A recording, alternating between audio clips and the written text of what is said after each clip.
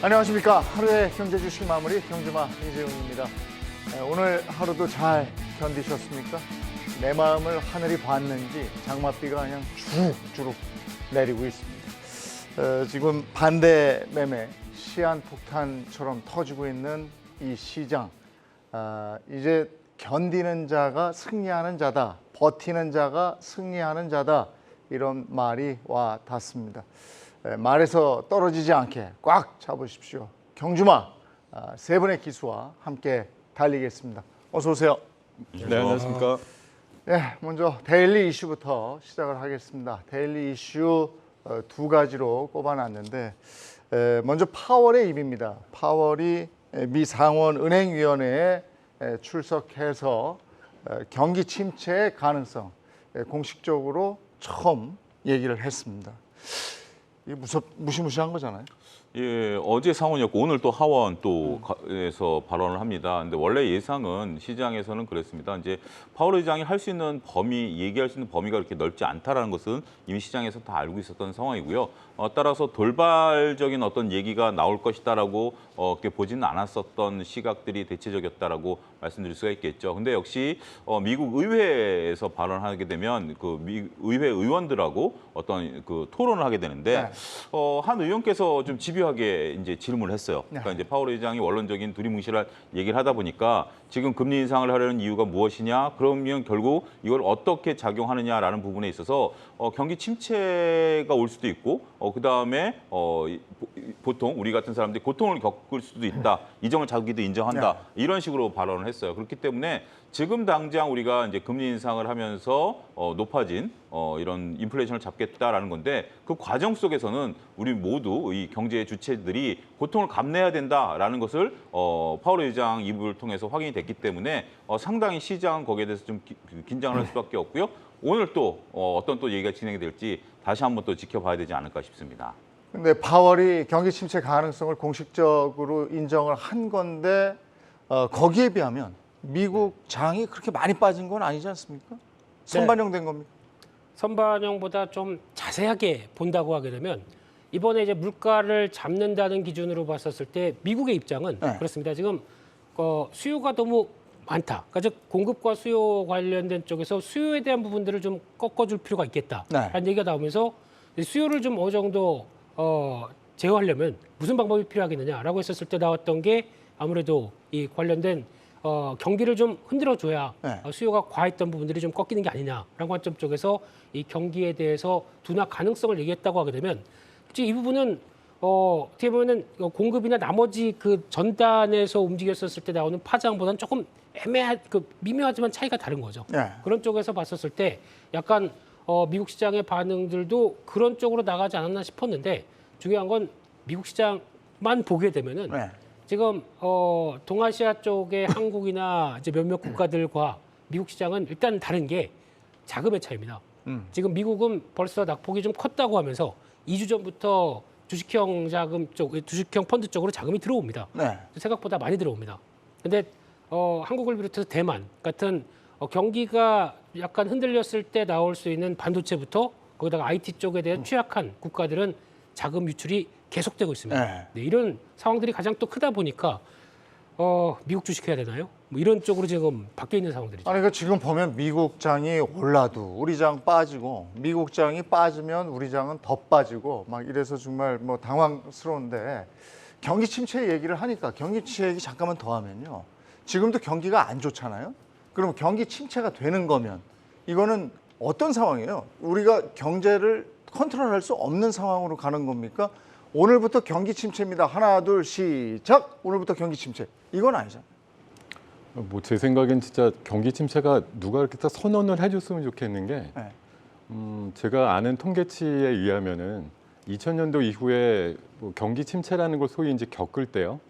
사실 2000년대 전에도 한 70년 역사상으로 봤을 때 경기 침체 들어갔던 적이 한 20번 정도는 있었다고 알고 있는데 경기 침체 구간 중에 사실 주가가 빠지질 않아요. 그 전에 다 빠지죠. 사실 오늘부로 경기 침체 요이 땅 뭐 이런 표현을 좀 쓰는 게 어떨지 모르겠지만 누가 선언을 해주면 이제 주가 다 빠졌구나 이렇게 생각할 수가 있겠는데 지금 사실 경기 침체가 될 거다라는 거 오늘 JP모건이나 모건스탠리 같은 데서 이제 경기 침체 확률을 48%에서 50% 정도씩 이제 제시를 해주고 있거든요. 그것도 아직 반반이기 때문에 1년이나 2년 내에 경기 침체가 올지 안 올지 아직은 모르겠다. 근데 이제 파월 의장이 새벽에 얘기해준 그 어떤 뉘앙스가 사실은 어떻게 보면 시장에 차라리 저렇게 얘기해 주는 게 낫다. 어차피 과거 한 20번 정도 중에 금리를 이렇게 급하게 올릴 때는 약 80% 이상의 확률로 경기 침체가 왔는데 네. 굳이 이번에는 드라이브를 잘해가지고 경기 침체가 안 올 거다 이렇게 얘기하는 것보다는 차라리 경기 침체가 올 수 있고 약간의 출혈이 있을 수 있다는 걸 감안해서도 우리는 연말까지 빠른 금리 인상을 통해서 물가를 2%대로 잡겠다. 이렇게 얘기해 주는 게 차라리 속 편하다라고 생각하는 거죠. 경기 침체 지표가 있는 겁니까? 요런 지표들이 이 구간으로 가면 이건 경기 침체입니다 하는 기준이 있는 겁니까? 그러니까 우리가 이제 지표를 보면 선행, 동행, 후행 이렇게 나누는데 지금 이제 경기 침체다라고 선행적으로 확인할 수 있는 것들이 그렇게 좀 중요치는 않아요. 그러니까 동행 지표라든지 후행 지표에서는 경기 침체가 확인되는 거죠. 지금 당장 우리나라만 놓고 보더라도 이제 무역 적자라든지 수출입 동향이라든지 이런 것들을 보게 된다라면 경기가 조금 좋지 않구나. 이건 동행 지표로 우리가 볼 수 있죠. 네. 그다음에 가장 중요한 것은 이제 후행 지표로 확인이 가능한데 이게 이제 경기라는 것을 우리가 지나면서 지금 이게 어떤 상황이다라고 판단하기가 상당히 애매합니다. 특히 선행 지표 같은 게 여러 가지가 부딪히기 때문에 상당히 어려운데 그래서 지금 침체란 용어를 쓰는 것도 어떻게 보면 쉽지 않을 수도 있죠. 근데 정확히 지적하신 게 처음에 경기 침체가 와서 지금 물가가 올라가고 있는 상태에서 경기 침체가 오면 중앙은행이 쓸 수 있는 카드가 별로 없어요. 그러니까 결국 이 경기 침체를 극복할 수 있는 카드를 쓸 게 별로 없다라는 거죠. 지금 중앙은행은 목표를 확실하게 잡고 있는 거잖아요. 경기 침체를 감안하더라도 물가를 잡겠다라는 목표에 지금 치중하고 있기 때문에 그래서 금리를 올리는 거죠. 근데 이렇게 금리가 올린 상태에서 경기 침체가 왔다라면 다시 경기를 올리기 위해서 금리를 낮춘다? 이것도 또 말이 안 되는 거죠. 따라서 지금 이게 굉장히 답답한 흐름. 이제 우리나라가 오늘 빠진 건 이거 말고 이제 다른 이유이긴 합니다만 지금 글로벌 경기를 놓고 보면 이제 코로나를 좀 착 지나면서 그래 이제 좀 숨 좀 쉬어보자 싶었던 상황인데 이제 오히려 침체를 걱정해야 되는 이런 뭐 어떻게 보면 좀 아이러니가 발생했다라는 것이 이런 또 원인을 제공한 게 지금 원자재, 기후 위기 이런 것들이 갑작스럽게 튀어나왔기 때문에 상당히 좀 갑자기 어려워졌다. 저는 좀 그렇게 인식을 좀 하고 싶습니다. 이게 저는요 경기 둔화, 경기 침체가 오더라도 물가부터 잡겠다 이렇게 얘기를 하잖아요. 그 물가는 금리를 올려서 잡을 수 있다면 그러면 물가를 이렇게 잡다가 경기 침체가 왔어요. 그러면 경기 침체 상황도 컨트롤할 수 있는가? 이 부분이 궁금해요. 근데 정확하게는 공식적으로 저희가 보통 GDP 성장률이 마이너스로 진입하기 시작하는 2분기 이거를 보면서 경기 침체다라고 얘기를 하는데 이 부분에 대해서는 또 아직까지 논란도 많죠. 그러면 아까 소장님 말씀하셨듯이 그러면 어느 정도 반영이 된 상태에서 경기 침체라고 하는 게 무슨 의미가 있겠느냐?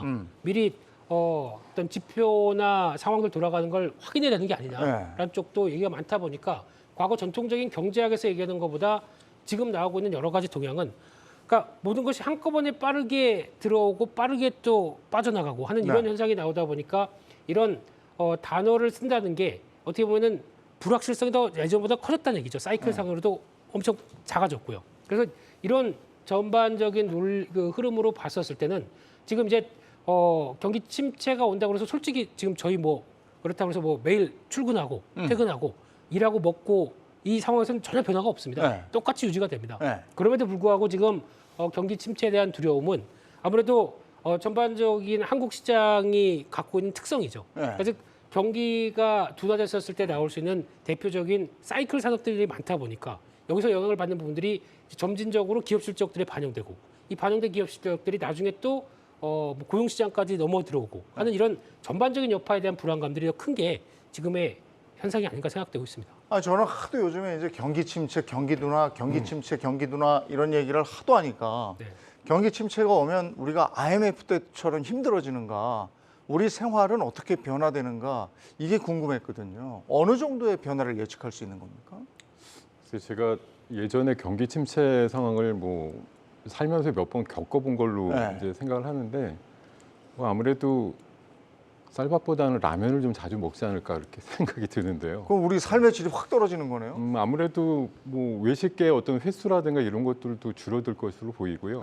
뭐 애들 학원 가는 것도 아무래도 줄어들 거고, 그러니까 필수 소비로 남겨놓는 나머지 것들을 줄이게 되는 효과가 나올 거고, 뭐 지금 이제 경기 침체라고 하는 것들이 이제 그 단초가 되는 것들이 인플레이션이 진행됐는데 너무 세니까 이것들과 함께 이것들보다, 그러니까 인플레 올라가는 것들보다도 내 이제 개인 그 소득의 어떤 증가분이 체감하는 상황을 좀 맞이하면서 씀씀이를 줄이게 되는 상황이라고 저는 생각을 하거든요. 그래서 이미 뭐 미국에서도 그런 상황들이 나오기 때문에 일부 에너지라든가 고물가라든가 이런 것들이 최근까지 우리나라 증시에서 뭐 농산물 가격들 막 올라간다고 해서 비료주들, 사료주들 셌지만 오늘부로 해서 다들 이렇게 망가졌거든요.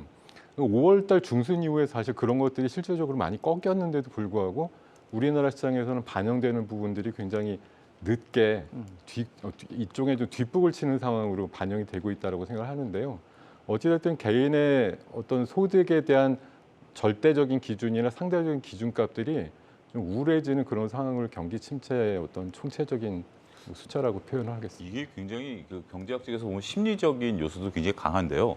우리가 이제 경제가 성장한다라고 한다라면 적정 수준의 인플레이션이 생기는 거죠. 그러면 오늘보다 내일 재화값이 비싸다라는 인식이 들고 경기가 활성화되면서 내가 월급에 대한 어떤 그 계속 받을 수 있다라고 생각이 들면 소비가 늘어나게 되죠. 네. 소비를 당장 하게 되죠. 그게 경제학적으로 이득이 되죠. 오늘보다 내일 재화값이 올라간다라면. 근데 경기 침체가 오거나 스태그플레이션이 오게 된다라면 이 가격이 머물거나 떨어진다라는 거죠. 그러면 오늘 소비하는 게 내가 어떻게 보면 경제학적으로 봤을 때는 옳은 행동이 안 되죠. 내일 재화 가격이 떨어진다라고 보면 기다리는 게 낫죠. 우리가 그렇잖아요. 기름값이 지금 떨어져서 다음 주부터 세금 때문에 기름값이 떨어진다라면 오늘 기름 넣어야 될 거 어떻게든지 버텨가지고 다음 주에 가서 기름 넣잖아요. 그런 행위들이 쌓이다 보면 오히려 경기 침체가 더 심해진다라는 거죠. 우려되는 바는 그겁니다. 지금 그리고 경기 침체가 왔을 때 가장 지금 위험한 건 취약계층이죠. 어느 정도 취약계층들이 가장 위험해지고 이들이 그러니까 소비가 멈춰지고 전체 경제 구성원들의 심리가 소비를 미루게 된다라면 이것 때문에 어떠한 이 GDP를 끌어올릴 수 있는 힘이 상대적으로 약하다 이런 설명도 가능할 것 같습니다. 근데 주식장으로 보면 저는 경기 침체가 오면 그 주식장은 그냥 완전히 와르르 무너진다고 생각했는데 아까 말씀이 오히려 경기 침체가 오면 변동성이 약해지고 경기 침체가 오기 직전에 떨어지더라 이런 말씀을 하셨단 말이에요. 네. 굳이 그렇게 될까? 경기 침체가 왔는데 위험자산으로 주식이 분류될 텐데 와르르 무너지지 않겠습니까? 와르르 무너지는 건 흔히 말해서 아까도 말씀 주셨지만 경기 침체라는 선언이 나오기 전까지 얘기이고요. 많은 한 70년 정도의 통계값을 보면 그 1929년도에 대공황 정도를 빼놓고는 정말 그 우리가 흔히 말하는 경기 침체 구간이다 이렇게 얘기하는 구간 안에서는 평균값을 내보면 증권시장이 그렇게 무너지지 않았거나 오히려 플러스 수익률이 평균적으로 나는 경우도 있습니다. 그러니까 그 전까지가 힘들고 사실 이제 일단 들어왔으면은 물론 경기 침체가 이제 누적되거나 장기화됐을 때 어려움이 가중되겠지만 사람들은 이미 경기 침체 이후를 또 내다보거든요. 그러니까 아마 바닥에서 이제 뭐 매수를 하거나 그렇게 움직임들이 또 활발해지기 때문에 경기 침체 구간이나 초입 이후에는 시장이 의외로 안정세를 보인다라고 볼 수가 있습니다. 그러니까 어렵지만 불확실성이 해결이 됐다 이렇게 보는 건가요? 지금 그때랑 거의 많이 비슷하게 보시면 될 것 같습니다. 지금 상황이? 이게 어떤 때냐면 예전에 1970년대, 네. 70년대, 80년대 그때 같은 경우 오일 쇼크 때문에 상당히 힘들었었죠. 그 10년 기간 동안에 두 번이 이어지다 보니까 거기서 나왔던 변화와 함께 위험 자산이라고 하는 주식의 변화가 그럼 어떻게 됐었느냐라고 하게 되면 오일 쇼크 전부터 주가는 빠지기 시작합니다. 빠지기 시작하면서 거기서 나왔던 여러 가지 변화와 인플레이션이 걷잡을 수 없다 보니까 거기서 나왔던 연준의 행동들과 같이 지금도 거의 유사한 측면들이죠. 나왔을 때 주식시장은 진행이 되면서 같이 빠졌습니다. 빠지다가 본격적으로 금리 인상들이 들어가는 구간들 안쪽에 들어오다 보니까 우리 주식은 안 빠지고 버팁니다. 그러다가 2차 파동까지 나오면서 70년대 중반 이후부터는 주식시장이 올라갑니다. 그러니까 즉 시장도 겪어낸다는 얘기겠죠. 그럼 우리는 그걸 한번 겪어야 된다는 얘기 아니에요? 그러니까 아직 우리가 오지 않았으니까. 이런 경우죠. 앙드레 코스톨라니의 달걀. 네. 혹시 여러분들이 이제 모양 보시면 보통 이제 경제 흐름에 따른 투자 이렇게 동그라미를 그리고서 경제가 이제 저점을 찍을 때는 채권을 팔고 이제 주식을 사고 고점일 때는 주식을 팔고 채권을 사고 뭐 이런 것들의 자산 포트폴리오 구성 여러분들이 조금 많이 아실 겁니다. 어떻게 보면 지금 이제 하단 국면을 지나가는 걸 수도 있죠. 경기가 이제 저점을 찍어가고 저점을 이제 저점 어떻게 보면 하단으로 내려가는 국면일 텐데, 근데 저는 약간의 좀 시야를 좀 달리 보는 게 전반적으로 경기가 정상적으로 가고 있다가 이런 사이클을 이렇게 정상적으로 그리는 과정이라고 봐야 되느냐, 아니면 지금 이제 하단에서 막 올라가려고 하다가 꺾여버리는 게 아니냐, 저는 그 점에 대한 어떤 논쟁도 필요하다 보거든요. 그러니까 우리가 코로나로 인해서 경기가 일단 한번 꺾였고 그걸 이제 2021년에 그나마 양적 완화라든지 이런 것들 때문에 풀어놨는데, 이제 우리가 이제 2022년 초반만 하더라도, 전쟁이 터지기 전만 하더라도 이제 뭐 세계 경제 성장률 한 4% 예상하면서 이제 경제가 성장하니까 이제 우리가 뭐 금리를 천천히 올리고 그다음에 QT도 가능하겠다 이렇게 계획을 세웠었던 건데, 갑자기 지금 여러 요소들이 튀어나온 거 아니겠습니까? 원자재 가격 급등이라든지 기후 위기라든지 이런 것들이 튀어오면서 나온 상황이기 때문에 과연 이게 저점을 통과하면서 어떤 반등의 빌미를 찾느냐라는 부분에 있어서는 조금 더 시간이 오래 걸릴 가능성도 배제할 수 없다. 저는 그렇게 말씀드리고 싶습니다. 그럼 과거 사례를 우리가 보면 경기 침체 국면에 들어갔을 때 또는 경기 침체 국면에 들어가기 직전에 위험 자산으로 분류되는 주식이라든지 뭐 글쎄 부동산이 위험 자산인지 모르겠습니다만은 이런 것도 같이 떨어졌고, 그다음에 금, 달러 같은 안전 자산이라고 얘기하는 것들은 올랐단 말이죠. 그렇다면 지금도 그것이 되풀이 되느냐? 네. 어떻게 보십니까? 지금 달러는 오늘 뭐 1,300 얼마죠? 지금도 원 그렇죠? 달러 환율이 1,301원인가에 그렇죠. 끝났습니다. 뚫었습니다. 네, 네. 1,300을 뚫었습니다. 예. 근데 지금 그렇게 보셔야 될 것 같습니다. 지금 지난번에 이제 팬데믹이라고 하는 위기 상황이 발생하고 그 돌아가는 과정에서, 그러니까 지금 돈을 쏟아부었죠. 쏟아붓는 과정 쪽에서 경기가 이제 살아서 충격받고 회복되는 기간도 무척 짧았고요. 솔직히 이거를 보통 1년 정도 안에 이게 다 회복되리라고 생각 못 했는데 그 사이에 경기가 충분히 어느 정도 살아나는 것까지 생각을 하는 것보다 유동성이 먼저 자극을 시킨 여러 가지 부작용들이 더 많았었죠. 그러다 보니까 지금 나오는 현상 쪽에서 오히려 그러니까 지금은 항상 엑스트라, 그러니까 즉 네. 과도했던 부분들이 이제 돌아가는 과정이라고 봐야 될 것 같고요. 그러다 보니까 경기도 지금 충분하게 어느 정도 시간이 걸리면서 살아 올라올 만큼의 변화를 주지 못했는데, 그걸 자체를 또 그만큼의 작아졌 기간만큼 이번도 어떤 충격들이 나왔을 때 좀 더 작아져야 되는 이런 변화가 나오다 보니까 소사이클이라고 봐야 되겠지만 이게 상당히 빠르게 움직이고 있다는 쪽에서 지금 솔직히 말씀드리면 전통 경제학 하나도 안 맞습니다. 네. 네. 자, 이 달러 얘기는 잠시 후에 좀 집중적으로 짚어보도록 하고요. 우리 주식 얘기 좀 하겠습니다. 우리 장이 오늘도 뭐 계속 오전장에는 제가 보니까 뭐 옥신각신했어요. 올랐다 내렸다 올랐다 내렸다 하다가 오후장에 그냥 흘러내려 버리던데 어떻게 된 겁니까 이거?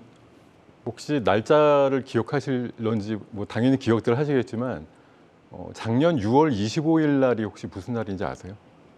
6.25인데. 6.25지만 그날이 우리나라가 코스피 최고점을 찍었던 날입니다. 아, 그렇습니까? 뭐 내일 우리가 이제 방송을 안 하니까 네, 네. 어떻게 보면 딱 1년 되는 거나 마찬가지죠. 우리는 장은 지금 1년 동안 딱 뭐 363일째 지금 조정이다 이렇게 말씀드릴 수가 있겠는데, 제가 또 옛날 통계치 갖고 한번 말씀을 드려보면 20년도 이후에 그 2000년도 이후에 그 코스피가 20% 이상 조정을 받았던 사례가 또 한 열 몇 번 있거든요. 그 폭은 사실 다 다릅니다. 뭐 30%짜리도 있고 뭐 35%짜리도 있고 한데 그게 완성됐던 기간은 1년이 넘은 적이 없어요. 네. 그러니까 이거 기준으로 보면 사실 어떻게 보면 오늘 내일 중이 거의 마지막이다라고 생각을 하거나, 아니면 6월 달 마지막이면 거의 1년이 이제 만으로 채워지니까 네. 이 이상의 긴 조정은 잘 없어야 되는 게 맞는 거다. 이제 7월 달에 대한 뭐 기대감을 좀 하게 됩니다만 오늘 역시 아까 말씀 주신 대로 지금은 약세장의 가장 그 롤러코스터로 치면은 제일 마지막에 하이라이트로 패닉셀이 일어나는 그런 구간까지 몰렸거든요. 네. 뭐 사람들이 원하든 원하지 않든 뭐 미국 시장이 어떻게 되든 간에 상관없이 지금 우리나라 시장은 여러 가지 우리나라만의 또 유니크한 뭐 요인들까지 합쳐져 가지고 시장이 지금 괴멸적인 하락을 하고 있는 거고요. 뭐 앞서서 제가 메모를 하니까 우리 소장님께서 뭐라고 하셨습니다만 뭐 초반에 반대 매매 맞을 때 한번 휘청하고 10시 정도쯤에 뭐 CFD라고 하는 계좌가 또 반대 매매 될 때 휘청하고 2시 정도에 상론 반대 매매 나올 때 휘청하고 이렇게 한 두세 번 정도의 구간이 있고 좀 뭐 3시 정도 즈음에서는 내일 받쳐줄 만한 어떤 호재 같은 것들이 발견이 안 되면 또 마지막 투매가 또 나오는 상황들이 계속되고 있기 때문에 이렇게 시간대별로 봤을 때 잠깐 들어줬다가 오늘은 그나마 2번쯤 플러스를 내줬던 거고요. 어제 같은 경우는 아침에 5분 정도 지나면서 한 번도 이제 강세로 전환되지 않았던 거고 앞서서도 말씀 주셨지만 내일이나 이제 다음 주 초반에는 지금 뭐 일간으로 한 300~400억 나온다고 하는 반대 매매가 내일 아침에는 뭐 기록적으로 아마 쏟아질 가능성이 높다는 말씀이죠. 오늘 아마 다우가 한 1000포인트씩 오르지 않는 이상은 돈을 구해서 내일 막으려고 하는 사람들도 거의 뭐 포기나 아니면 그로기 상태까지 갈 거라고 보이기 때문에 아니 그럼 내일은 더 무섭다는 거 아니에요? 지금 내일이- 시작하자마자 지금 아니에요? 여러분들의 상황을 잘 보셔야 되는 게 특히 이제 코스닥 중심으로 봤을 때 쭉 밀렸잖아요. 네. 그러니까 이제 이렇게 되는 거죠. 어제 주가 빠졌죠. 네. 어제 빠졌기 때문에 어제 이제 오후에 4시쯤에 문자로 다다닥 갔을 겁니다. 누구한테요? 담보 부족이 발생했다라고 메꾸라고 하면 오늘 이제 메꿨어야 돼요. 그러니까 네. 돈을 이제 구하신 분들은 다행이지만 돈을 못 구했다라고 하면 내일 이제 오늘 중으로 이제 구해야 돼요. 그러면 앞서 소장님 말씀하신 것처럼 9시에 이제 오늘은 조금 강했어요. 그러니까 9시, 그러니까 8시 한 45분쯤 제가 호가를 보니까 한 많이 빠졌었어요. 근데 그걸 동시호가 때 끌어올렸어요. 그러니까 이제 9시 45분 정도 보면 40분쯤에 동시호가가 나가니까 호가가 훅 밀려 있죠. 하한가로 계산되니까. 그렇지만 다행히도 매수가 들어오면서 잡아먹으면서 대략 보합 정도의 오늘 체결이 됐어요. 동시호가. 그러니까 반대 혹시 나가신 분들은 그나마 하한가로 계산됐습니다. 보합 정도에 나간 건데 이게 이제 버티다가 쑥쑥 밀리기 시작한 거죠. 그러면 오늘 이제 여러분들이 돈을 메꿔야 되는 상황에 처해 있다라고 한번 고민을 해보시죠. 네. 뭐 몇 시에 뭐가 나오고 이게 중요한 게 아니라 일단 오전에는 좀 기다려 보자라는 거죠. 오전에 주식을 판다라는 것보다 더군다나 플러스를 살짝 내줬기 때문에 일단 기대감을 갖는 거죠. 하지만 오후 들어가면서 이제 빠지면 그때부터 이제 정말 절박한 심정이 되는 거죠. 문제는 얼만큼 팔아야 되냐면 어제 기준으로 내가 한 1,000만 원 정도 돈을 팔아야 된다라고 통보가 왔는데 오늘 지금 4% 빠졌지 않습니까? 그러면 4% 더 늘어납니다. 저만큼을 더 팔아야 돼요. 근데 저게 단순하게 내 원금 기준으로 4%가 아니라 신용이 들어가 있는 상황이기 때문에 저게 더 늘어나는 거죠. 신용 기준으로 보면 3배 했으면 12%가 더 늘어난 겁니다.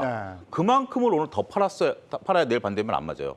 근데 그런 것들. 근데 또 한 가지 지금 제가 이제 증권회사 경험을 보면 어제 발생해서 오늘 메꾸신 분들도 있습니다만 이미 몇 차례 담보 부족을 돈으로 메꾸신 분들도 계실 거예요. 네. 근데 이 정도 돈을 몇 번 메꾸다가 계속 반대 매매가 발생하게 되면 패닉이 오는 거죠. 이제 못 메꾸는 거죠. 이게 최악의 국면입니다. 네. 내일 아침에 반대 매매가 좀 기록적으로 나갈 것으로 보여지고요. 만약에 내일 또 빠지게 되면 월요일에 또 기록적으로 나갈 것으로 보여지기 때문에 일단 그 물량들은 잠재된 물량입니다. 잠재된 물량이고 여기에 이렇게 된다면 CFT 계좌가 무서운 게 신용 계좌 같은 경우는 하루 시간을 줘요. 월요일, 그러니까 어제 발생했으면 오늘 시간을 주는데 CFT는 이게 부족이 나오면 그냥 나가버립니다. 그렇기 때문에 그 물량이 계속 지금 이제 이런 구간인 걸 알고 있는 투자자들도 있거든요. 그렇기 때문에 여기에 이제 공매도 세력들까지 상당히 많이 가세를 하고 있는 거고요. 그래서 일단 단기적으로는 지금 어떠한 재료가 중요하기보다는 수급이 꼬여 있는 상황이다. 이거를 좀 제대로 봐야 될 것 같습니다. 저는 그 깊은 내용까지는 모르겠고 하여간 누가 사고 팔았느냐를 이렇게 볼 때 개인, 외국인, 기관 이렇게 나오잖아요. 근데 그동안에 보면 주식이 조금 오를 때 개인들이 막 팔고 주식이 내릴 때 개인들이 사고 막 이랬단 말이에요. 근데 오늘은 주식이 막 떨어지고 있는데 개인들이 막 파는 걸 봤어요. 그래서 왜 그러지? 그랬더니 이게 그럼 반대 매매 물량인 거예요? 반대 매매도 그렇고 이제 못 버티는 거죠. 아, 네. 공포 때문에 네. 매도를 해버린다? 네. 그리고 더 오늘 제가 시장에서 본 것 중에 하나는 기관도 뭐 별거 없구나라는 생각이 드는 게 오늘 종목별로도 다르고 섹터별로 다른다고 하더라도 기관도 여기서 손절매 강하게 합니다. 네, 오늘 몇몇 종목들 보게 되면 주가가 뭐 큰 뉴스도 없는데 또 10% 이상 하락한 종목들도 코스닥 쪽이나 중소형주 쪽에 상당히 많거든요. 코스피는 그래도 오늘은 기관이 받았네요. 네. 그런데 코스닥 같은 경우는 네. 근데 솔직히 지금 코스닥 입장, 그러니까 기관 입장 쪽에서도 아픈 손가락들 많죠. 네. 시장이 이렇게 밀려다 보니까. 근데 이거를 자신들만의 룰이 있는, 그러니까 일단 손절매 룰이 있는데 그 정도까지 다 터치하고도 버티던 것들이 지금 한꺼번에 쏟아져 나오고 이거는 정리하는 관점이 나오다 보니까 거기서 그러니까 어떻게 보면 그들이 갖고 있는 게 더 밀려가는 현상들이 나오다 네. 보니까 이게 또 같이 맞물리는 여러 가지 수급의 압박들이 한꺼번에 들어오는 거죠. 그러니까 솔직히 기관이 주식 잘하지 않습니다. 네.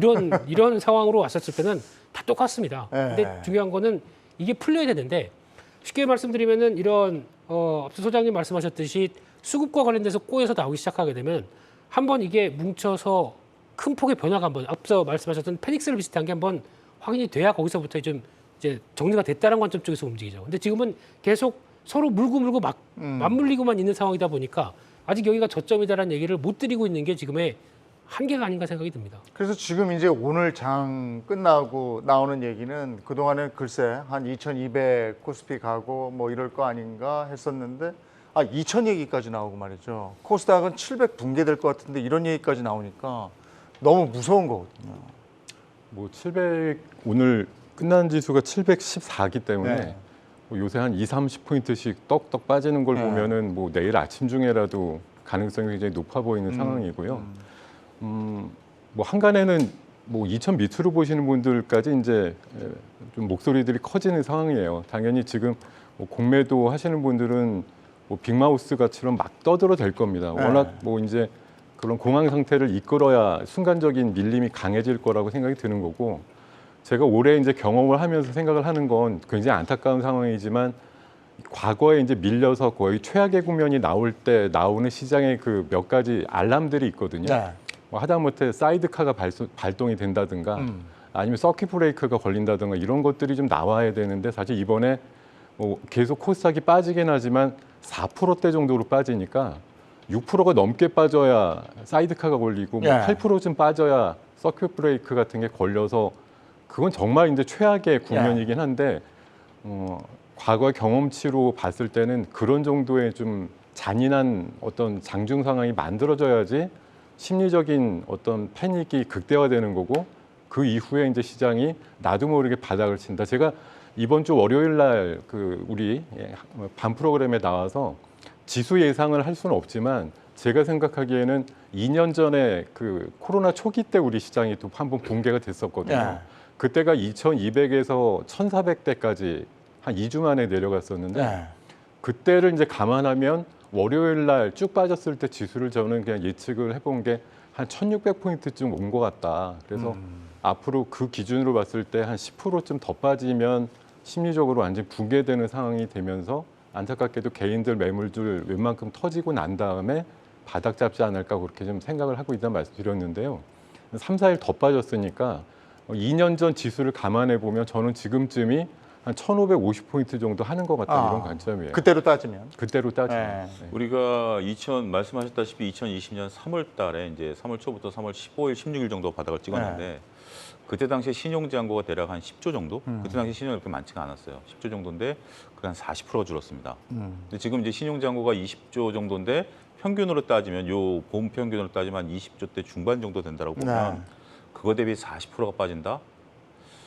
아직까지 물량은 좀 더 빠진다. 그러니까 이제 나와야 될 물량, 그러니까 지수가 얼마냐라기보다는 지금 이제 20조 밑으로 오늘 이제 또 얼마가 찍게 되는지 모르겠습니다만 만약에 2020년 기준으로 했을 때 40% 정도라면 지금 이제 단순하게 이제 도입하기는 어렵겠습니다만 우리가 2020년이라는 어떤 흥분된 장을 맛보신 분들이 많기 때문에 신용의 무서움을 모르시는 분들이 상당수 존재하는 거죠. 왜냐하면 코로나19 이전에 평균 신용이 10조였는데 지금 2022년 상반기까지 26조를 찍었습니다. 예. 그게 이제 정리가 돼야 되는 부분들을 보게 된다면 지금은 뭐 예단하기 어렵다 봐야 될 것 같습니다. 오른쪽으로 계속 흘러내리고 있지만 우리는 사이렌 소리는 듣지 못했다. 아직도 예. 갈 길이 더 있다. 하지만 중요한 거는 다들 우울한 얘기만 하시길래 예. 중요한 포인트를 하나 말씀드리겠습니다. 근데 이게 만약에 이게 끝난다라고 하면 시장이 어떻게 될까를 이제 좀 생각을 하셔야 될 것 같습니다. 지금부터는 어차피 여기까지 온 거. 그러면 다 뭐 계좌도 그렇고 마음도 그렇고 이게 엉망이지 않습니까? 네. 이거를 지금부터는 좀 추스리셔야 됩니다. 왜냐하면 다음 국면을 위해서. 뭐 패닉셀이건 뭐 사이드카가 걸리건 간에 이제 그 다음부터의 시장은 어떤 모습으로 바뀔 것인가에 대한 대비가 쉽게 말씀드리면 그렇게 나오게 되면 아마 제가 보기에는 초반에는 대차게 올라옵니다.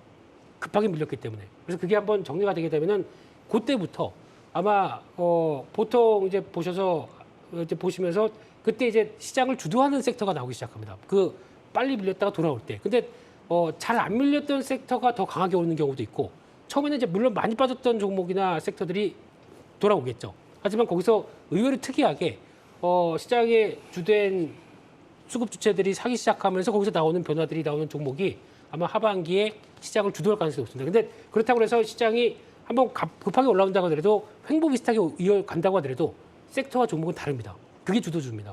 그걸 찾으셔야 됩니다. 네. 네. 그리고 지금 시장을 끌어내리는 우리 증시를 끌어내리는 3요소 요컨대 환율, 외국인의 매도세 그리고 반대 매매 이 트리플 악재가 다 있는 거잖아요. 지금 달러 치솟았죠. 또 외국인 계속 팔고 있죠. 거기다 지금 내일까지도 무서운 반대 매매 나올 거라고 그러죠. 이거 우리가 견딜 수 있는 상황이 아니잖아요. 견뎌야죠 어떻게든. 네. 그래서 제가 뭐 솔직히 오늘도 아침에 뭐 제가 이제 뭐 하는 분들한테는 메시지를 드린 게 어차피 안 파실 거고 뭐 반대매 나갈 일도 없고 그러시면 6시간 반 동안 이거 째려보셔야 어떡할 거냐. 뭐 오늘 오른다 그래서 또 정리를 하실 것도 아니기 때문에 자, 뭐 옛날 CF 그 대사 중에도 그런 거 있잖아요. 격렬하게 아무것도 하고 싶지 않다라는 그런 대사가 갑자기 생각이 나가지고 아무것도 안 하실 거면 화면 끄고서 보시지 말라고 그게 그냥 심신이 더 나을 것 같다고 말씀드렸는데 제가 뭐 다른 잘하는 건 하나도 없고 오랫동안 증권시장을 봐왔다라는 거가 유일하게 좀 강점이라고 볼 수가 있겠는데요. 예전에 금융위기나 외환위기 때도 결국 지금 이 정도 국면이라고 하면 사실 다른 대안이 없습니다. 뭐 집을 굳이 파셔가지고서 지금 뛰어들어 이렇게까지 말씀드리고 싶지는 않고요. 여기까지 왔으니까 아까 우리 대표님도 말씀 주셨지만 정말 마지막 인내심을 좀 가져보시라는 말씀밖에 좀 드릴 게 없는 것 같아요.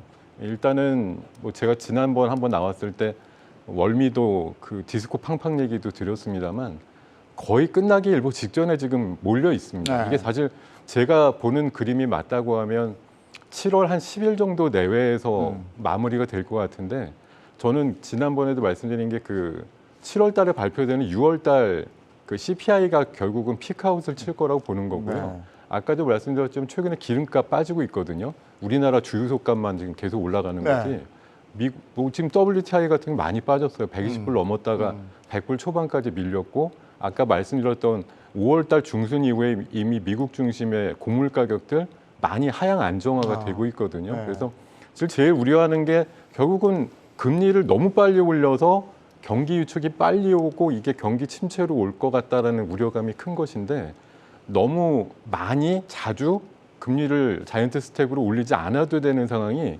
사실 인플레는 인플레가 잡아먹고 있는 거거든요. 인플레는 인플레에 의해서 제어된다 이런 표현을 좀 드리고 싶은데 요 7월 정도에서 늦으면 한 8월 정도까지가 정말 마지막 고비가 아닐까 이렇게 생각을 해봅니다. 예. 그래도 그 고비에 대한 예상을 정확하게 해주시니까 그래도 거기까지 더 버텨보자 이런 생각이 나는 거고요. 또 하나 아까 이제 우리가 달러 얘기하다가 말았는데 1,300을 뚫을 것인가에 대한 얘기를 한참 했었어요. 저희가 예. 몇 주에 걸쳐서 했었는데 이게 이제 뚫렸고 그다음에 오늘은 이제 이러다 보니까 1,350 얘기 나오고 막 이러는데 이러면 집 나갔던 외국인도 안 돌아오는 거 아닙니까? 더 어렵죠. 네. 뭐 정말 1,240원, 90원 왔다 갔다 할 정도라면 거기서 머물렀다라면 뭐 상황에 따라서 우리가 이제 어쨌든 이제 최악의 국면은 언젠가 지나가니까 그리고 이제 어느 정도 미국이 7월달 금리 인상이라든지 CPI 보고 나서 들어올 수 있는 어떤 하나의 근거는 되죠. 근데 지금 이렇게 1,300원 위에서 이제 중요한 건 빨리 내려와 줘야죠. 근데 위에서 놀게 된다라면 외국인들 같은 경우는 지금 우리가 그렇지 않아 주가 빠지는데 주가 올라간다 쳐도 환율로 오히려 또 깨질 수가 있잖아요. 근데 외국인들이 환율 보고 들어올 때는 보통 두 가지를 가지고 두 마리를 잡으려고 들어옵니다. 단순하게 환율만 보고 들어오는 게 아니라 우리나라 경제 어떤 뭐 특히 삼성 예를 들면 삼성전자라든지 이런 실적 보고 들어오는데 실적에 대해서 지금 퀘션 마크가 좀 일부 종목들이 찍히기 시작했죠. 이 상태에서 환율마저 뚜렷한 방향성을 확실하게 투자자들이 주지 못한다라면 일단 외국인들은 주저할 수밖에 없겠죠. 만약에 들어왔는데 환율 효과 보고 들어왔는데 주가가 빠져버리면 이도 아니고 그 다음에 기업 보고 들어왔는데 환율이 또 말도 안 되면 이것도 안 되는 거죠. 그러니까 믿음을 줘야 되는 상황이 지금은 조금 어려워지고 있는 상황이고 더 중요한 것은 지금 이제 7월 달에 미국이 어떻게든 금리를 올리면 우리랑 금리 역전이 발생합니다. 금리 역전이 발생하기 때문에 우리도 여기서 이제 75로 계속 따라갈 수 있느냐? 현실적으로 지금 뭐 아직까지 정부 기조는 그런 얘기가 별로 없는 것 같아요. 그런 상황에서 금리 역전까지 발생됐다. 물론 이제 과거 사례를 보면 금리 역전이 됐다 그래서 바로 유출되지는 않았었어요. 근데 그것도 이제 상황 논리에 따라 다른데 지금은 이제 미국 QT까지 진행하고 있는 상태에서 금리 역전이 발생된다라면 이거는 또 더 셈법이 복잡해질 수도 있습니다. 따라서 외국인들이 지금 환율에 따라서 들어올 수 있는 어떤 여건 그리고 환율에 대한 불안감 정부가 1290원 정도의 그 구두 개입을 좀 하긴 했어요. 근데 이건 통상적인 방법입니다. 어떻게 보면 정상적인 방법이죠. 환율이 안 좋을 때는 우리가 이제 정책 당국이 직접적으로 돈을 쏟아부을 수 없죠. 네. 이게 이제 미국의 환율 조작국도 있지만 돈으로 방어하기 시작하게 된다면 글로벌 투기 헤지 펀드들이 당하니까 보통 이제 우리가 보고 있다라는 정도의 이제 구두 개입을 통해서 시장의 안정감을 좀 나타내려고 하는데 이제 그것도 통하지 않는다라는 거죠. 단기간에는 정말 모든 악재들이 어떻게 보면 이게 뭐 지나고 나면 나올 수도 있습니다. 지금 다 터지고 있다 이렇게 봐야 될 것 같습니다. 그동안에는 그래도 원달러 환율이 이렇게 오르면 수출업체는 좋고 수입업체 힘들다. 이게 공식이었는데 사실은 수출업체도 만만치 않을 것 같아요. 왜냐하면 물건을 만드는데 수입자재 많이 쓰기 때문에 다 같이 힘든 거 아니겠습니까?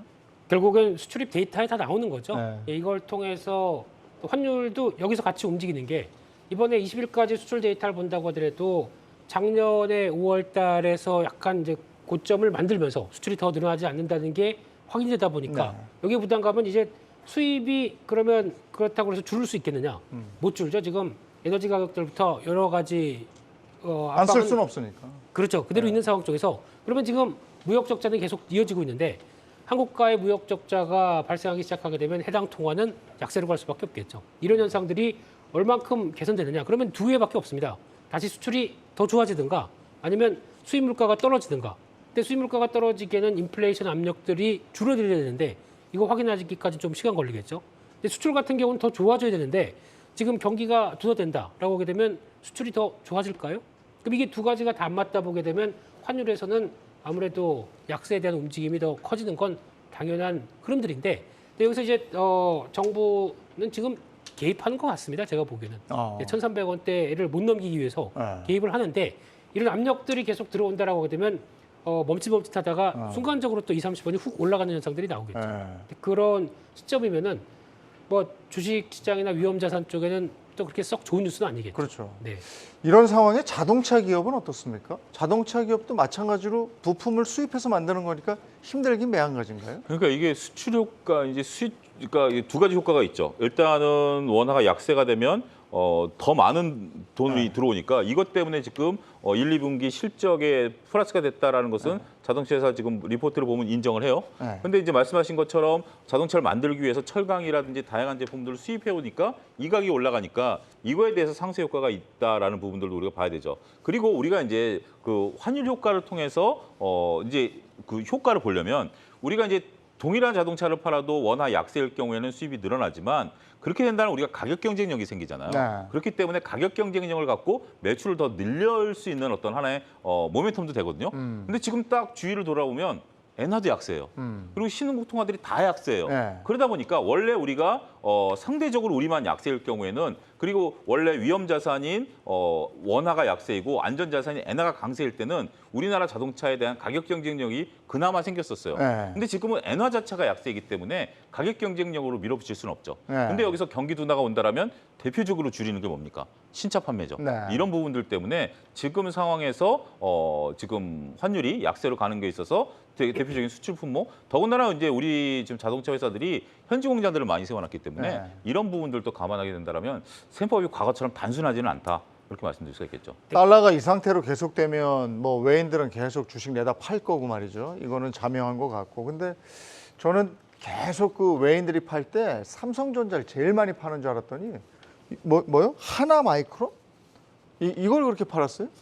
네, 하나마이크론이나 업체들 그러니까 상대적인 강도거든요. 네. 보유했던 거에 비해서 좀 더 많이 팔았다라는 네. 쪽에서 상대 강도 부분은 지금 화면에서 나오시는 것처럼 뭐 하나마이크론 유닛 테스트 이거 다 반도체 쪽인데 하나마이크론은 이제 패키징 쪽이죠. 예. 그리고 또 유니테스트 같은 경우는 검사 장비 쪽인데 실적이 조금 미스가 나다 보니까 예. 한 작년에 비해서 올해까지 안 나오다 보니까 거기서 가파르게 외국인들 빠져나가는 것도 많고 예. 하나마이크론 같은 경우는 약간 또 모바일 쪽에 좀 강점입니다. 아. 그러다 보니까 지금 스마트폰 쪽은 다 안 되는 분위기죠. 예. 네, 뭐 삼성전자가 재고가 5천만 대다 이럴 정도로 돼 있다 보니까 거기서 나오는 근데 솔직히 이런 종목 많습니다. 이렇게 아. 하락한 종목들이 너무 많다 보니까 예. 단순하게 이 회사가 외국인들이 빠져나가서 주가가 많이 빠졌다라고 네. 보기에는 좀 힘들고요. 그러니까 대부분의 IT 쪽 특히 스마트폰과 연관될 수 있는 대표적인 기판주들도 그렇죠.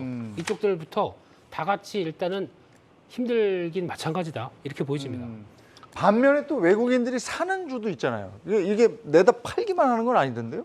뭘 또 사던데? 그러니까 어떻게 보면 올해 특징이 몇몇 종목들이 있었죠. 상반기 때는 기아를 좀 샀었고요. 네. 지금은 이제 SK 이노베이션이라든지 이런 종목들을 좀 사긴 삽니다. 네. 그러니까 이제 완전히 우리 시장을 떠났다라고 보기 어려운 게 네. 지금 이제 몇몇 종목들은 산다라는 어떤 개념들을 바라보게 된다라면 우리가 조금 얘기가 달라질 수도 있다라고 보여지는 거죠. 지금 여러분들 보시는 것처럼 뭐 은행주라든지 아니면 몇몇 기업들을 좀 사고 있는 거죠. 특히 오리온 같은 경우 이번에 실적 잘 나왔죠. 네. 그런 부분들이 있게 된다라면 조금 뭐 한국항공우주라든지 SOL 같은 경우도 이번에 중요한 이슈가 있었죠. 그렇게 되는데 여기서 지금 특별한 저는 모멘텀을 찾기는 어렵다라고 봐요. 그러니까 네. 지금 외국인들이 산 것 중에 카카오 게임즈가 있지만 외국인들이 판 것 중에 또 카카오 페이도 네. 있거든요. 그러니까 이런 부분들 보면 이런 것들이 과연 실적 베이스로 들어왔느냐라고 봤을 때는 이렇게 어떻게 보면 증시의 변동성이 있을 때는 이런 지표가 굉장히 중요하지 않느냐라고 보는데 지금 전반적으로 수급이 약한 상황이기 때문에 네. 저런 것들은 오히려 저는 그렇게 중요한 의미를 갖기는 좀 어렵고 개인이 더군다나 저런 걸 따라하기에는 더더욱 어렵다. 그렇게 좀 보여집니다. 근데 외인들이 보기에 지금 여러 가지 지표상으로 좀 매력적인 구간은 맞지 않습니까? 우리 주식이 아닌가요? 그리고 뭐 상대적인 것 같은데 사실 뭐 따져보면 삼성전자도 어떤 시각으로 보면 굉장히 네. 매력적인 주식이면은 분명한데도 네. 뭐 그럼에도 불구하고 지금 뭐 자금의 어떤 리밸런싱이라든가 이런 것들 그러니까 신흥국 전체에서 돈이 빠져서 미국으로 다시 회귀되는 그런 상황에서의 네. 삼성전자로 봐서는 제일 먼저 팔아야 될 아주 우리가 제일 싸게 사놓은 주식 이런 거에 불과한 거지 지금 가치가 싸다 그래서 굳이 보유해야 되겠다 이런 생각을 하고 있지는 않은 것으로 보이거든요. 아, 저 삼성전자, SK 하이닉스 요즘에 진짜 많이 빠지던데 그 하반기에 뭐 메모리 반도체가 뭐 가격 하락 얘기 이것 때문에 그렇습니까? 지금 전반적으로 빠지니까 빠지는 겁니까? 하이닉스까지 더 빠지는 것 같은데. 뭐 제가 생각하기에는 뭐 잘 아시겠지만 여기서도 아마 다뤘을 것 같은데 지지난주 정도에 이제 마이크론에 대한 매도 뭐 리포트 비슷한 것들이 네. 미국 쪽에서 일부 좀 나왔기 때문에 사실 마이크론하고 가장 사업 구조가 비슷한 회사가 하이닉스이기 때문에 삼성전자는 또 다른 이제 뭐 가전 부분이라든가 스마트폰 부분이 존재합니다만 오롯이 디램 쪽으로만 뭐 2등, 3등 하고 있는 구조이기 때문에 유사한 효과를 가장 많이 악재적으로 좀 받지 않았나 생각이 들고요. 뭐 최근에 PC라든가 스마트폰 수요가 역성장할 거라는 얘기들이 많습니다. 그것도 아이러니하게도 인플레 때문에 그래요. 네. 인플레 때문에 한때는 그래픽 카드 같은 것들이 너무 비싸져가지고 이제 더 이상 못 쓰겠다라고 하다 보니까 이게 수요가 감소가 되고 또 가격이 빠지면서 관련되는 들어가는 또 디램 가격이 하락하는 그런 현상들이 좀 나오고 있는 것이니까요. 하반기에는 아무래도 수요에다가 그 절대적인 양까지도 일단은 조금 줄어드는 모습을 보여줄 확률이 높기 때문에 2분기 실적은 어떻게든 나오겠지만 3분기에 대한 우려감이 좀 커지는 상황이다 이렇게 볼 수가 있겠습니다. 저는 개인들이 가장 안타까운 게 반도체주인 것 같아요. 네. 우리가 반도체주라는 것들이 회사마다 특징도 다 다르고 삼성전자, SK하이닉스도 다르고 뭐 또 뭐 다 다른데 이것을 우리가 믿을 수 있는 것은 현실적으로 반도체 업황을 애널리스트 얘기를 믿을 수밖에 네. 없으니까 어떠한 업종보다 애널리스트에 대한 의존도가 높을 수밖에 없는 게 반도체 업종이거든요. 심지어 애널리스트가 되기 위해서는 반도체 출신 기업에 있는 연구위원을 데려다 애널리스트를 시킬 정도로 네. 이쪽은 이쪽에 대한 이해도가 떨어지면 상당히 어렵다라는 거죠. 그렇기 때문에 개인들이 접근하기 어려워요. 근데 애널리스트들이 작년 상반기만 하더라도 뭐 그런 얘기가 있었죠. 피크 얘기가 나왔었죠. 네. 피크아웃 얘기가 나오면서 반도체주 우리 삼성전자 꺾이게 되는 하나의 요소가 됐다가 하반기부터는 작년 하반기부터 다시 반도체가 살아난다 또 그랬어요. 네. 그러다 지금 와가지고는 내년 올 하반기부터는 또 떨어진다. 어제 오늘 리포트들 또 다 쏟아졌어요. 이런 얘기들이 이제 어떻게 보면 이렇게 그러니까 좀 극단적으로 제가 느끼기엔 냉탕과 온탕을 좀 가는 리포트들이 나오다 보니까 투자자들이 상당히 혼란스럽다. 네. 이 부분이 대표적인 게 반도체주다. 그 점을 좀 말씀드리고 싶습니다. 우리가 저 삼성전자 얘기할 때 5만 전자라고 그러고 하이닉스 얘기할 때 9만 원대라고 구이닉스 이렇게 얘기하는데 오늘 보니까 9만 200원이요? 그럼 이거 8이닉스 되는 거 아닙니까? 어떻게 보십니까? 일단 벌어진 상황이죠. 벌어진 상황 쪽에서 지금 얘기 나온 건데 이제 제가 느끼는 상황은 지난 과거에 SK하이닉스나 삼성전자나 이 메모리 반도체 동향을 봤었을 때 그냥 뉘앙스 자체가 괜찮다 하는 데는 주가는 계속 빠집니다. 근데 네. 그거는 벌써부터 물론 이제 한국 시장이 불안하기 때문에 나간 자금도 물론 있었겠지만 더 중요한 거는 반도체 업황에 대해서도 일단 메모리 반도체 가격들의 영향과 그리고 또 하나의 축으로 자리를 잡을 수 있었던 인텔의 사파이어 레이크에 대한 변화들도 이제 제대로 또 맞물려 들지 않다 보니까 그러니까 지금 삼성전자나 SK하이닉스 입장 쪽에서는 이제 DDR5를 줄이고 좀 더 높은 단가의 DDR5로 넘어가면서 뭔가 변화를 좀 맞을 전기를 누렸었는데 이게 계속 지연되다 보니까 사업적으로도 계속 미스가 날 수밖에 없는 상황들이겠죠. 그래서 거기서 나오는 변화까지 생각하게 되면 이거 물론 또 어디 뭐 핑계를 대는 건 아니겠지만 거기다가 또 나오는 앞서 소장님 잠깐 얘기하셨던 P도 중요하지만 Q도 중요합니다. 네. 지금까지는 그래도 뭐 애널리스트도 그렇고 가장 많이 얘기를 했었던 거는 괜찮아. 그래도 메모리 반도체 한 30%의 비중 차지하고 있는 서버용 쪽은 그래도 계속 잘 나오고 있기 때문에 뭐 빅그로스 따지게 되면 그래도 뭐 두 자릿수까지도 넘볼 수 있는 이런 성장을 보여주다 보니까 괜찮아라고 했었는데 여기가 이제 흔들리기 시작한 거죠. 빅테크 기업들이 흔들리면 서버용 쪽의 메모리 그게 그대로 다 돌아오는 이런 삼각 형태의 패턴이 나오다 보니까 결국에는 빅테크 기업들이 살아야 됩니다. 근데 살기 위해서는 지금 미국의 동향들, 그러니까 미국의 자금 동향들이 괜찮아져서 투자를 할 수 있게 만들어주느냐. 금리가 계속 올라가는데요. 그러다 보니까 이게 연결고리로 지금 같이 타격을 받는 거죠. 그래서 아마 이게 확인되기 전까지는 반도체 쪽에 대한 변화는 아무래도 제한적인데 그나마 다행은 네. 이렇게 지금 안 좋다라고 할 때는 바닥 만듭니다. 네. 근데 건설은 왜 그래요? 지금 건설 한번 다뤄볼까요? 정책적으로 봤을 때는 건설주가 가야 맞잖아요. 근데 이게 원자재 값 때문에 그렇습니까? 뭐 최근에 사실 원자재 값들 때문에도 그렇고 최근에 뭐 또 이슈가 되고 있는 어느 특정 그 재건축과 관련된 이슈가 전체적인 파장을 만드는 것도 있고요.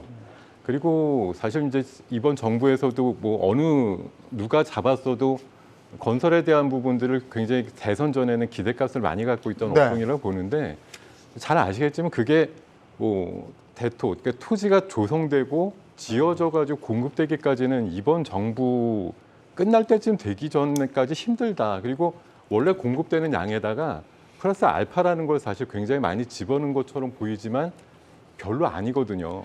뭐 통상 어느 정부든 임기 내 200만 원은 맨날 얘기했던 거기 때문에 아주 특별한 그 뭐 수혜라든가 이런 것들이 일어나는 상황이 아니었음에도 불구하고 과거 정부에서 뭔가 물량이 굉장히 제어가 됐기 때문에 가격 폭등이 나왔다는 것 때문에 이번에 물량 공급을 엄청 해주겠다. 이렇게 좀 오인됐던 면들이 좀 있는 것 같아요. 제가. 네. 가장 중요한 분당과 일산, 네. 일기 신도시 재건축이 무산이 됐기 때문에 현재로서는 이제 국토부 장관이 이제 그건 절대 안 된다라고 선언을 해버렸기 때문에 그거 아니면 분양가 상한 제도라는 게 이번에 통과가 되긴 했었어도 새로운 공급이 없이는 한계를 가질 수밖에 없다. 이 점을 인정해야 될 것 같습니다. 지금 이제 다들 공포를 느끼는 시기에서 매도도 나오고 막 이래요. 그 세 분 중에 한 분만 지금 시간이 없어서 이런 상황에선 이렇게 하시면 됩니다. 또는 이렇게 하시면 안 됩니다. 한 말씀만 좀 해주세요. 경험이 가장 많으시니까. 있는 거라고는 시간을 많이 지켜봤다라는 것밖에 없는 것 같은데요. 내일 굉장히 충격적인 아침을 맞이할 확률이 사실 굉장히 높기 때문에 예. 어떤 말씀으로도 사실 주식 투자하시는 투자가님들한테 위로가 되지 않을 거라고 생각하지만 네. 내일 같은 그런 패닉셀이 뭐 아침부터 막 시도가 될 때 여러분들이 혹시라도 뭐 정말 감정적으로 억누르지 못하는 어떤 순간적인 폭발이 있어서 매도 버튼을 누르실 확률이 높은데 그것만은 좀 하지 않았으면 좋겠다라는 말씀 간곡하게 드리고 싶고요. 혹시라도 자금의 어떤 융통이 조금 가능하시다고 하면 아까 우리 차영주 소장님 말씀 주셨습니다만 다음 주 초반 정도가 아마 거의 아. 극한 진짜 상황까지 몰릴 것 같거든요. 내가 주식을 정말 왜 했을까라는 것들을 이미 많이 뭐 우려를 하고 계시겠지만 네. 정말 싫다 이렇게 막 증오를 느낀다 이런 생각이 들 때쯤 뭐 정말 마이너스 통장을 털어서라도 한번 매수를 해보시는 전략이 아니 저는 아니 그래도 낫지 않을까. 그 마지막 거는 좀 빚내서 하는 건 아닌 것 같은데. 네. 알겠습니다. 여기까지. 자, 내일은 저희가 경주마는 없어요. 내일 장이 우려스럽긴 한데 견디는 자가, 버티는 자가 승리하는 자다 이런 말 다시 한번 해드리고 싶습니다. 오늘 여기까지 하고요. 저희는 다음 주 월요일에 다시 찾아뵙겠습니다. 고맙습니다.